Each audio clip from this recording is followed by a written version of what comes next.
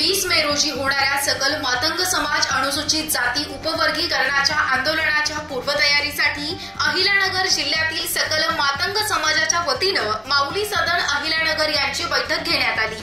यावेळी व्यासपीठावर महिलांना संधीही देण्यात आली। महिला अध्यक्ष हिनाताई उबाळे यांच्या अध्यक्षतेखाली बैठक घेण्यात आली। यावेळी सौ मीनाक्षी सकट, सरपंच सुरोडी यांनी आपलं मनोगत व्यक्त केलं। यावेळी अहिल्यानगर जिल्ह्यातील सर्व तालुक्यातील समाज बांधव मोठ्या संख्येने उपस्थित होता।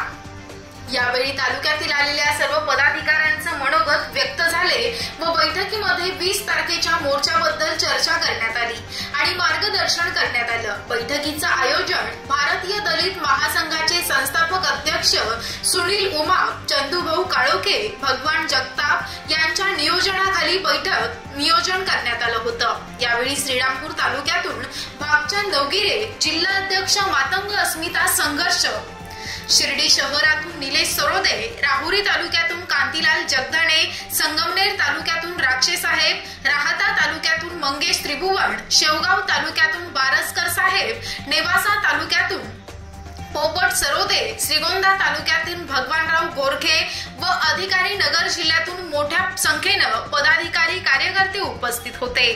यामध्ये राजू साळवे, राहुरी तालुक्यातील चंद्रकांत कांबळे, गणेश उमाप, विशाल लाहुंडे, माऊली जगधने, अरुण बोरुडे, प्रभाकर पवार, पावलास पवार, अशोक लोखंडे यावेळी 20 तारखेला मोठ्या संख्येनं मोर्चामध्ये सहभागी होण्याचं आश्वासन सकल मातंग समाज अहिल्यानगर यांच्या वतीनं करण्यात आलं आहे।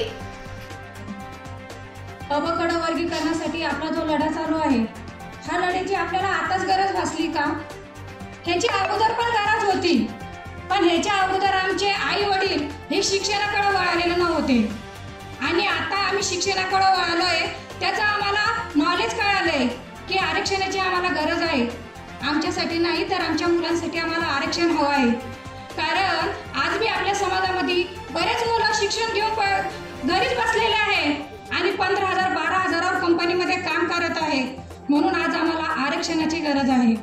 आमच्या मुली आज शिक्षण घेऊन सनी त्यांना घरामध्ये बसून सनी शिक्षण घेऊन फक्त लग्न करावं लागतंय।